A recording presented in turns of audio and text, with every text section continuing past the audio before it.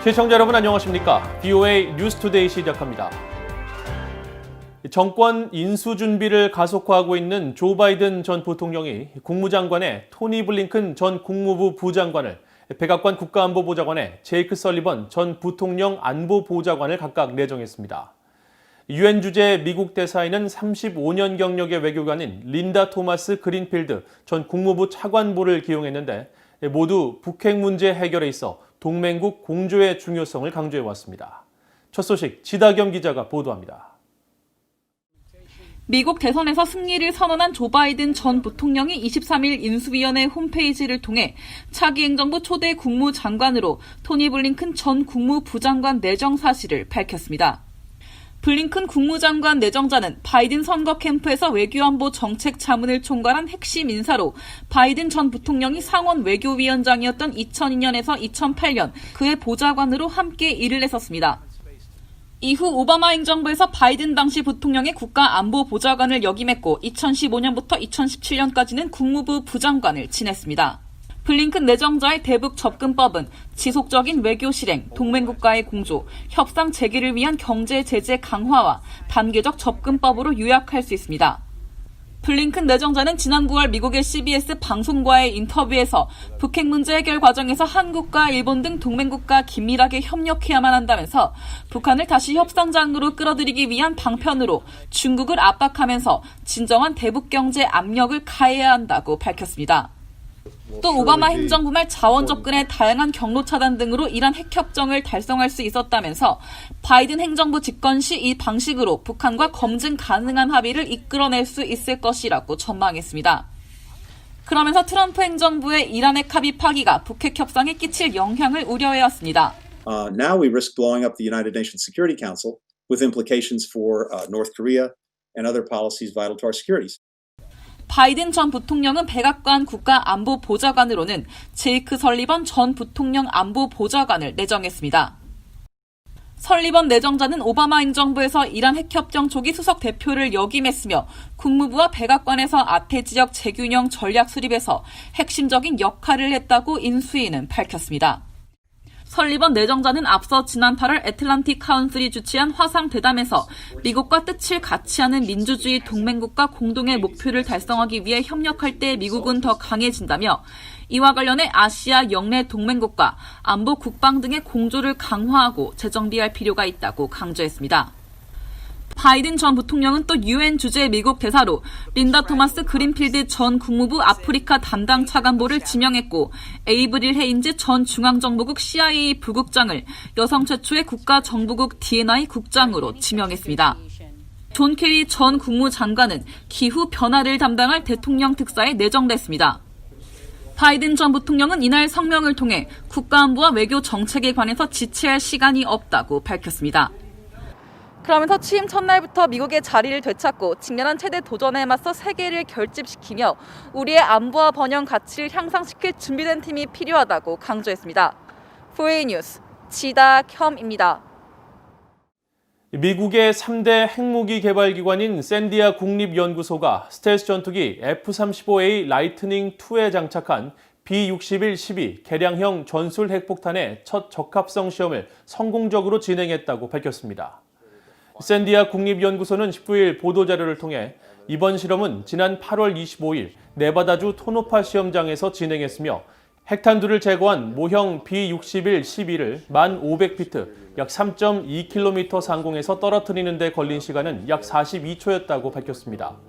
또 완벽한 무기 성능을 인증하기 위한 첫 단계라면서 신종 코로나 바이러스 확산 상황에서도 속도를 늦추지 않고 계속 관련 적합성 시험을 진행할 방침이며 F-35A 전투기의 B-61-12 장착은 미국과 동맹의 전체적 억지력에도 매우 중요한 역할을 제공할 것이라고 강조했습니다. 개량형 저위력 전술핵 폭탄인 B-61-12는 최대 50킬로톤의 폭발력과 함께 폭발 강도를 임의로 조절할 수 있는 것으로 평가되고 있으며 지하 깊은 곳에 있는 목표물을 타격할 수 있게 고안돼 핵 벙커 버스터로도 불리고 있습니다. 북한의 최대 무역국인 중국과 북한의 10월 무역액이 또다시 역대 최저 수준으로 떨어졌습니다. 신종 코로나 바이러스로 인한 국경 봉쇄 영향으로 풀이되지만 이번 하락은 두 나라 간 무역이 한 달 가까이 이뤄지지 않은 정도의 수준까지 떨어진 것으로 나타나 주목되고 있습니다. 함지하 기자가 보도합니다. 중국 해관총서가 23일 공개한 10월 북중 무역 자료입니다. 이 기간 두 나라의 무역 총액이 165만 9천 달러로 기재했는데 이 숫자에 오류가 없다면 이 규모는 두 나라 무역액이 공개되기 시작한 1998년 이후 가장 낮은 금액입니다. 또 지난 20여 년 동안 두 나라의 월 무역 총액이 2천만 달러 아래로 떨어진 적이 없고 최대 6억 달러까지 치솟았던 점을 감안하면 200만 달러에도 못 미치는 무역액은 극히 이례적입니다. 이번 무역 자료에서 더욱 눈에 띄는 건 북한의 대중 수출액이 수입액보다 높다는 점입니다. 해관총서 자료에 따르면 10월 북한의 대중 수입액은 26만 달러로 10월 수출액 140만 달러의 5분의 1 수준입니다.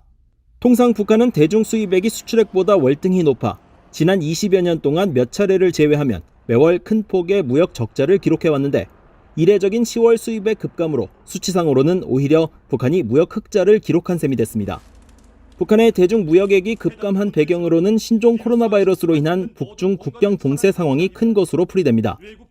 그러나 북한이 국경문을 걸어 잠근 지난 1월 이후 가장 낮았던 월 무역액이 지난 3월 1,864만 달러였던 점으로 본다면 이보다 약 9% 수준에 불과한 10월의 무역액 감소는 특이한 현상입니다. Throughout the year, there's been less and less and less trade. A combination of the sanctions, the UN sanctions over their nuclear program, plus these pandemic closures along the North Korean border. The sanctions don't prohibit all trade, and yet virtually all trade is stopped. 이런 가운데 북한 내부 소식통을 인용한 일부 언론 매체들은 북한 내 상점들에서 주요 생필품들이 사라졌으며 북한의 미국 달러 환율이 급격히 하락했다는 보도를 내놨습니다. 또 최근에는 북한의 최대 외화 수입원으로 알려진 석탄 수출과 대형 유조선들의 북한 항구 입항이 지난 석 달 동안 급감한 정황들이 민간 위성 사진 등을 통해 확인되면서 북한 내 외환환 가능성도 제기됩니다. 석탄 수출이 갑자기 이렇게 다 막혀버리게 되면은 여기에 종사하던 사람들 또 이제 여기에서 부수입을 생산하던 사람들이 이제 다 도줄이 막히게 되는 거죠. 그렇게 되면 소비가 위축이 돼서 수입량도 줄어들 수밖에 없고. 전문가들은 그러나 이번 북한과 중국의 이례적인 무역 급감 현상에는 공식 무역 통계에 잡히지 않는 밀무역 등이 있는 만큼 전체적인 상황 판단까지는 좀 더 지켜볼 필요가 있다고 말했습니다. VOA 뉴스 함지아입니다. 김정은 북한 국무위원장은 한반도 비핵화 약속을 이행해야 하며 비핵화 달성 시 베트남은 북한 번영의 좋은 예가 될 것이라고 로버트 오브라이언 백악관 국가안보 보좌관이 밝혔습니다. 베트남과 필리핀을 방문 중인 오브라이언 보좌관은 23일 언론과의 전화회견에서 미국 대선 이후 북한의 도발 가능성에 대한 질문에 도널드 트럼프 대통령과 김의원 장관의 정상회담 이후 북한의 핵과 탄도미사일 시험이 없었다면서 트럼프 대통령의 정상 간 외교가 그런 결과로 이어졌다고 평가했습니다. 그러면서 김 위원장은 정상회담 당시 했던 한반도 비핵화에 대한 약속을 지키길 바란다면서 이는 한국과 미국, 북한 모두에게 엄청난 진전이 될 것이라고 말하고 베트남이 미국과 한때 전쟁을 벌였지만 지금은 번영을 누리는 나라가 된 것처럼 북한이 비핵화를 달성한다면 어떤 일이 벌어질지 가장 잘 보여줄 수 있는 예가 베트남이라고 강조했습니다. 오브라이언 보좌관은 또 내년 1월 20일 대통령 취임식 날짜를 언급하면서 이날 어떤 일이 일어나고 누가 대통령이 되든지 미한동맹은 강력한 파트너십을 지속할 것이라면서 미한동맹 자체가 북한에 주는 강력한 메시지가 될 것이라고 말했습니다. 최근 미군이 북한의 가상 대륙간 탄도미사일 ICBM을 해상에서 요격하는 실험에 성공한 가운데 이 같은 성공으로 북한의 탄도미사일 공격에 대비한 이지스함의 증설이 더 탄력을 받게 될 것이라고 미국 의회조사국 CRS가 밝혔습니다. 미국 의회조사국은 최근 갱신한 해군 이지스 탄도미사일 방어 프로그램 관련 보고서에서 최근 북한 ICBM 가정 발사체를 이지스함 해상 요격기로 격추하는 실험에 성공함으로써 북한의 미사일 위협에 대응하기 위한 BMD, 즉 탄도미사일 방어 목적의 이지스함 증설과 필요 예산 확보에 충분한 조건을 갖추게 됐다고 평가했습니다. 보고서는 특히 이번 실험은 BMD 시스템이 적의 예상치 못한 미사일 공격에 맞설 수 있는 대비책을 제공했다는 측면에서 큰 성과라고 강조하고 2021 회계연도에만 약 18억 달러, 2025년까지 해마다 최대 24억 달러가 꾸준히 투입될 것이라고 전망했습니다.